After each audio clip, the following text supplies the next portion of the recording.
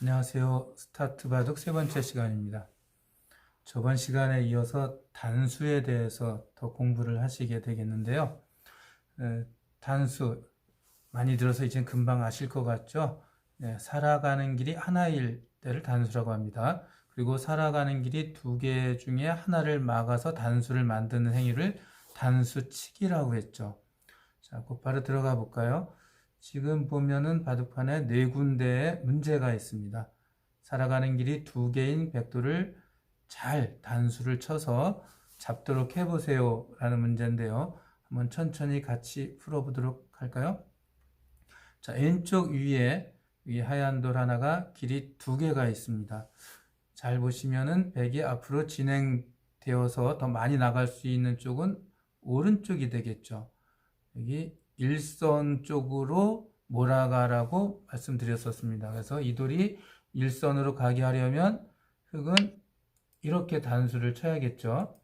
그리고 백 선수는 여기서 잘 선택을 해야 되는데요. 사실 도망가면 안 되겠죠. 더 많이 잡히니까. 하지만 우린 완전 초보자이니까 달아난다고 가정을 하고요. 달아날 때 역시 흑은 계속해서 상대를 일선 방향으로 몰아가게 됩니다. 백 선수가 도망을 가더라도 아주 여유 있게 쫓아가죠. 어디 가십니까? 라고 하고 백 선수가 도망을 가면은 땡큐 감사합니다 라고 이렇게 잡아버리면 될 것 같습니다. 자, 오른쪽 위의 모양도 한번 볼게요. 이 백돌이 역시 길이 두 개 있습니다. 흑돌이 만약에 내가 일선에서 한번 둘게라고 하면 이 돌을 잡을 수가 없어요. 백 선수가 도망을 가고 나면 살아가는 길이 하나, 둘, 세 개로 늘어납니다. 세 개는 단수로 만들 수가 없죠. 단수로 만들려면 상대의 돌은 늘 살아가는 길이 두 개 있어야 되니까요. 그래서 이거는 잘못된 공격이고요. 제대로 공격을 하려면 2선에서 두 번째 줄이 2선이라고 말씀드렸죠. 2선에서 공격을 해서 상대가 1선으로 둘 수밖에 없게 만드는 거죠. 그리고 계속 몰아갑니다. 어디로요? 일선으로 가라고 몰아가면 현명하지 못한 사람은 그냥 계속 도망갑니다. 현명한 사람은 어떻게 할까요? 도망 안 가고 그냥 포기하고 다른 곳에서 새로운 시도를 해봐야겠죠. 어쨌든 일선을 이렇게 계속 도망갔다가는 흑선수가 가로막아서 잡게 됩니다. 자, 일선으로 몰아가라. 두 번째죠. 요게 왼쪽 아래 모양을 보면은 이젠 두 번째 공격하는 방법인 상대를 우리 편 쪽으로 몰아가라. 그래서 단수를 어떻게 쳐야 되느냐면 요 돌이 지금 길이 두 개니까 요 돌을 공격할 수 있을 거예요. 좀 더 아래에 있는 백돌들은 길이 많으니까 공격 대상이 아닙니다. 요 돌을 공격할 때는 왼쪽에 우리 편 돌이 지금 굉장히 많죠. 그 하얀 돌을 왼쪽으로 도망가게 하려고 해야 됩니다. 그러면은 바로 아래쪽에서 공격을 하게 되겠죠. 이렇게 공격하면 백돌이 도망을 가더라도 흑선수는 또 왼쪽에 우리 편이 있으니까 계속 왼쪽으로 가라 공격을 해야 되죠. 상대가 도망가도 아래쪽에서 공격을 하면 도망갈 때 도망가는 것을 막게 되면은 잡을 수가 있을 것 같습니다. 잘 잡았죠? 그래서 이 돌은 바로 아래쪽에서 계속 공격해 잡을 수 있습니다. 자, 오른쪽 아래 한번 보도록 하겠습니다. 오른쪽 아래에 보면은 요 돌을 잡을 수가 있어요. 이 돌이 역시 길이 두 개가 있는데 위에 백돌 둘이 기다리고 있죠. 백이 도망가서 기다리고 있는 돌과 연결돼서 손을 잡으면 살아가는 길이 굉장히 많게 됩니다. 그러면 잡을 수가 없죠. 그러니까 그쪽으로 도망가지 못하게 공격을 합니다. 그럼 백 선수가 달아나더라도 자, 여기서도 잘 공격해야 되겠죠. 위에 상대가 기다린다고 했으니까 그쪽으로 가지 못하게 위에서 막아버립니다. 그럼 백 선수가 도망을 가더라도 길이 하나밖에 없네요. 길이 하나는 단수니까 기분 좋게 놓고 따내게 됩니다. 자, 단수 치는 거 이제 잘 아시겠죠? 조금 이따 요거보다 조금 더 어려운 수준의 단수 치기를 한번 해보도록 하겠습니다. 그 전에 먼저 설명드릴 게 있는데요. 제가 아까 말씀드릴 때 여기는 왼쪽 위, 여기는 오른쪽 위 이런 식으로 설명을 드렸잖아요. 자, 바둑에서는 각 부분, 바둑판의 부분에 명칭이 따로 있는데 그 명칭에 대해서 먼저 설명을 해 드리도록 하겠습니다. 그러면 앞으로 여러분들이 TV를 보거나 바둑 TV에서 설명을 할 때 저 무슨 말이지 했던 거를 이제 금방 이해하시기가 좀 더 쉬워집니다. 자, 바둑판에서 처음에 모서리에서 첫 시간에 배웠던 화점 있죠. 이 모서리하고 가장 가까운 이 화점, 요 언저리 정확하게 어디서 어디까지라는 것은 정해지지 않았어요. 근데 여기 모서리에서 화점까지 요 언저리를 귀라고 합니다. 그럼 귀가 몇 개 있을까요? 당연히 사각형이니까 4개 있겠죠. 2개, 3개, 4개 이렇게 됩니다. 그리고 귀와 귀 사이에 있는 이 언저리 부분을 뭐라고 하냐면 변이라고 합니다. 사각형은 꼭 집정이 4개, 변이 4개 배우셨던 게 있으니까 변은 금방 아실 것 같습니다. 변두리 할 때 변, 한자로 가변자를 사용하게 됩니다.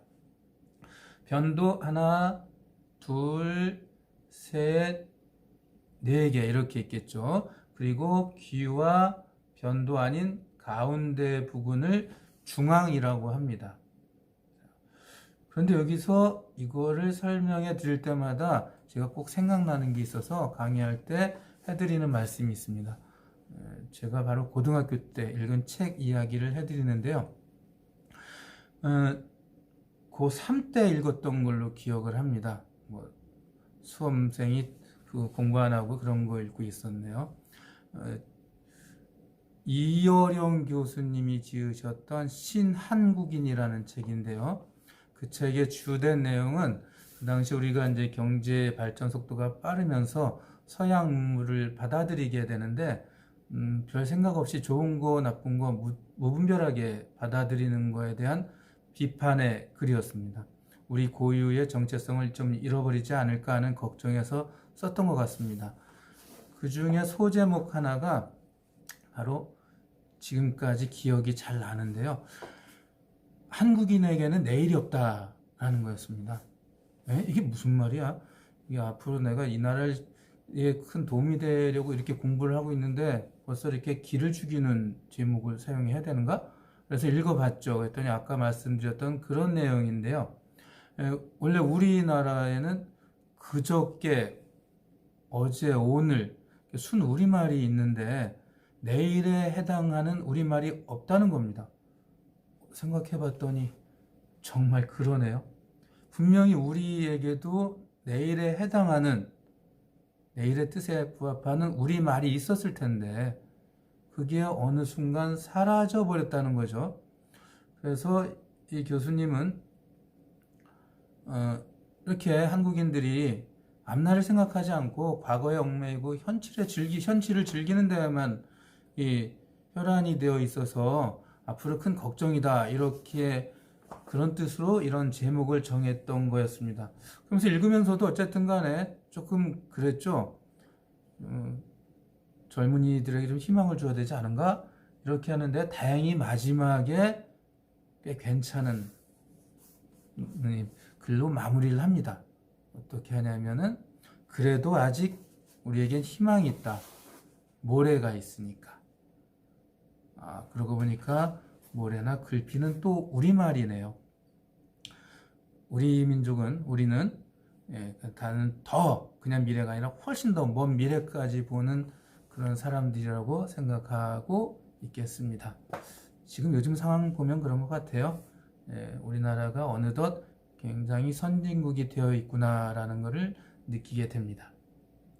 자, 근데 재밌는 건 그 읽고 나서 얼마 후에 그 이어령 교수님이 초대 문화부 장관을 하시더라고요. 그 당시에 읽거나 막 이랬던 게 재미가 있는 게 있는데, 저희 중학교 때 또 국어 교과서에 수필에 경이와 건이라는 이양화 선생님이 쓰신 글이 있었는데, 거기서 어린 꼬맹이 둘을 이야기한 거였어요. 그 경이와 건이 이름인데, 그 건이가 나중에 또 국무총리 지내신 고건 선생을 나타내는 거였더라고요. 예, 보면은 살다 보면 재미있는 일이 참 많은 것 같습니다.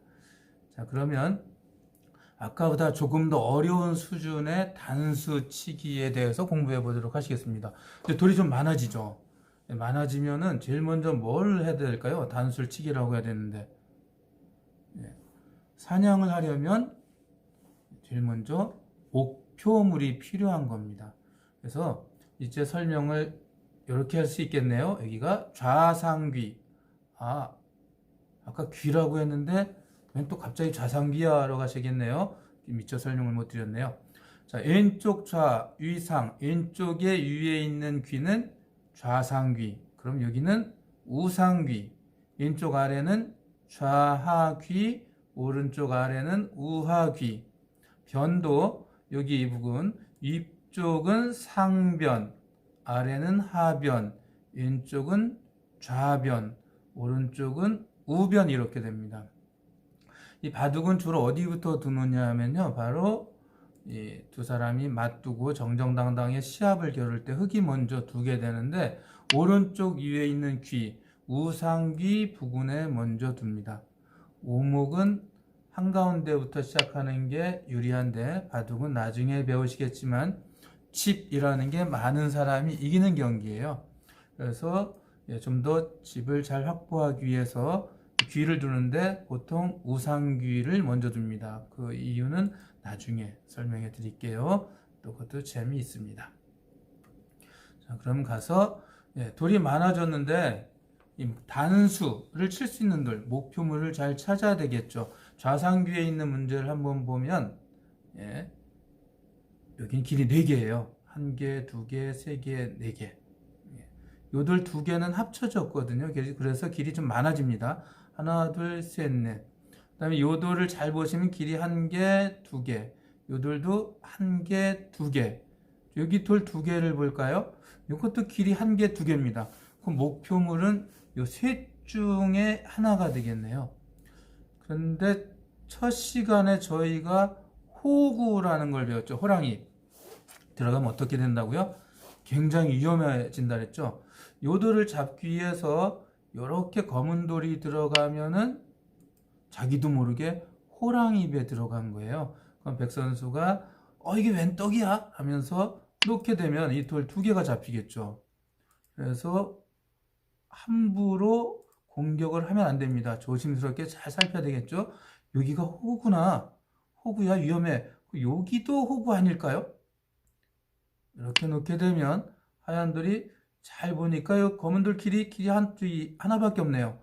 그래서 하얀 돌이 역시 옳거니 하고 돌 2개 잡아가게 되면은 흑은 공격을 잘못한 게 되겠네요.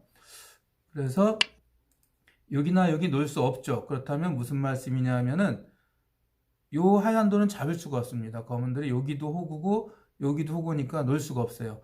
얘는 일단 목표물에서 제하겠습니다. 그러면 요 돌을 볼까요?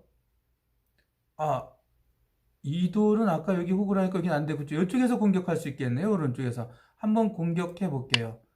공격하고 나면 누구 차례가 되죠? 상대방 100차례가 됩니다. 100은 눈을 크게 뜨고 있다가 단수구나, 길이 하나네, 나 도망가야 되겠어 라고 도망가면 오른쪽과 왼쪽들과 전부 합쳐지면서 길이 1개, 2개, 3개가 되고요. 가운데 있는 흑돌이 길이 하나인 단수가 되어서 이 흑이 훨씬 더 위험하게 되겠죠. 그래서 요 돌도 공격 대상이 아닙니다. 그러면은 남은 거 하나밖에 없네요. 요 돌 2개를 잡을 수 있을 것 같습니다. 어떻게요? 요렇게 단수를 치면 잡을 수가 있을 것 같습니다. 그러면 이 백돌은 길이 하나밖에 없고 그럼 이 돌하고 손을 잡아야지 라고 이렇게 잡게 되는데 그럼에도 불구하고 이 4개의 하얀 돌은 길이 하나밖에 없습니다. 그래서 흑이 기분 좋게 놓고 4개를 잡아가서 단수를 올바르게 쳤다라고 할 수가 있습니다. 아까하고 전혀 다르죠? 조금 어려워졌죠? 그래도 나중에 여러분들께서 시간 나실 때 한 번 더 보시면서 정확하게 답을 잘 찾아보시고 이해해 주셨으면 감사하겠습니다. 자, 여기 오른쪽에 우상귀에서는 목표물을 잡기가 굉장히 쉬워요. 살아가는 길만 세면 되거든요. 여기는 길이 하나, 둘, 셋, 넷. 자, 제가 아이들한테 설명을 할 땐 이렇게 설명을 해줘요. 길이 하나인 돌은 단수라고 이제 아이들도 잘 알고 있으니까요. 길이 두 개인 돌은 만만한 돌, 잡을 수 있는 돌. 네. 길이 세 개인 돌은 제법 튼튼한 돌. 길이 네 개인 돌, 아주 튼튼한 돌, 쳐다보지도 말자 이럽니다. 그래서 여긴 쳐다볼 필요도 없습니다. 길이 4개씩이고요. 여기는 길이 더 많네요. 3개는 하나, 둘, 셋, 넷, 다섯, 여섯. 너무 많아요. 이거는 역시 그쪽으로 눈도 돌리지 말아야 됩니다. 요 하얀 돌 하나라서 좀 약해 보이지만 길이 1개, 2개, 3개가 있어요. 3개가 있으면 공격과 제법 튼튼한 돌이랬죠. 공격할 생각을 하지 말자 이럽니다. 제가. 그래서 2개인 돌은 만만한 돌, 잡을 수 있는 돌. 3개인 돌은 제법 튼튼한 돌, 공격할 생각을 하지 말자. 4개인 돌은 아주 튼튼한 돌, 쳐다보지도 말자. 이렇게 얘기를 하죠. 자, 길이 2개인 돌은 이겁니다. 그럼 어느 쪽에서 공격하는 게 좋을까 봐야겠죠. 오른쪽에서 한번 공격을 해볼게요. 했더니 백돌이 길이 하나구나, 나 도망가야지 하면 살아가는 길에 놓고 봤더니 왼쪽이 3개와 합체가 됩니다. 합체가 되면 길이 아주 많아서 튼튼해지죠. 이 백돌은 안전해졌습니다. 다시 말씀드려 흑은 공격을 잘못했다는 얘기가 되겠네요. 그래서 흑은 공격을 다르게 해야 되겠습니다. 바로 이렇게 공격을 하고요. 백 선수가 야, 나 이쪽 돌하고 손을 잡을 거야 라고 도망을 갔을 때 한 번 더 지그시 쳐다보고 길이 2개인데 바로 상대를 죽는 선, 일선으로 몰아가면 되는구나 라고 해서 이렇게 단수를 치면 되겠어요. 그럼 하얀 돌이 도망을 가더라도 이제 일선까지 간 돌은 여러분들도 잘 공격하실 수 있겠죠. 공격하고 도망가면 따내면 되겠습니다. 자, 그리고 이제 좌악 위의 돌, 이건 위의 문제보다 훨씬 쉽죠. 잘 보시면은 흑에게 둘러싸인 돌은 이 3개밖에 없겠네요. 그리고 아까 이전에 단수를 칠 때는 상대 돌을 연결하지 못하게 하라. 그리고 또 일선으로 가게 하라니까 답이 너무 쉽습니다. 이렇게 가끔 쉬운 것도 보여드려야 여러분들이 자신감을 가질 것 같습니다. 이렇게 공격하면 상대가 도망가도 공격해서 잡아낼 수가 있습니다. 오른쪽인데요. 역시 백돌 4개는 공격 대상이 아니고요. 오른쪽 하나가 공격 대상이죠. 근데 이거는 틀리시는 분들이 굉장히 많아요. 이쪽도 일선이 있고 이쪽이 일선인데 오른쪽으로 보내고 싶어서 흑 선수가 이렇게 공격을 하면 이러면 틀리게 됩니다. 백 선수가 도망을 갔을 때 잘 보시면 백은 살아가는 길이 하나, 둘, 3개.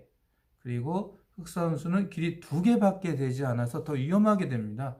흑이 만약에 잡으러 간다고 하더라도 백이 공격을 하게 되면 흑이 단수에 걸려서 먼저 잡히게 되죠. 이렇게 해서는 잡을 수가 없고요. 바로 우리 편 많은 쪽 기다리고 있죠. 사냥꾼이 이쪽으로 공격해서 잡도록 해야 됩니다. 백 선수가 도망을 가더라도 이제 역시 여러분들 잘 아시는 일선으로 도망가게 단수를 쳐라 라고 이렇게 공격하면 쫓아가서 잡아낼 수 있게 됩니다. 저번 시간에 이어서 오늘 단수에 대해서 한 번 더 공부했고요. 다음 시간에는 매우 중요한 거죠. 돌의 연결에 대해서 공부하도록 하겠습니다. 오늘도 잘 들어주셔서 감사하고요. 다음 시간에 뵙도록 하겠습니다. 감사합니다.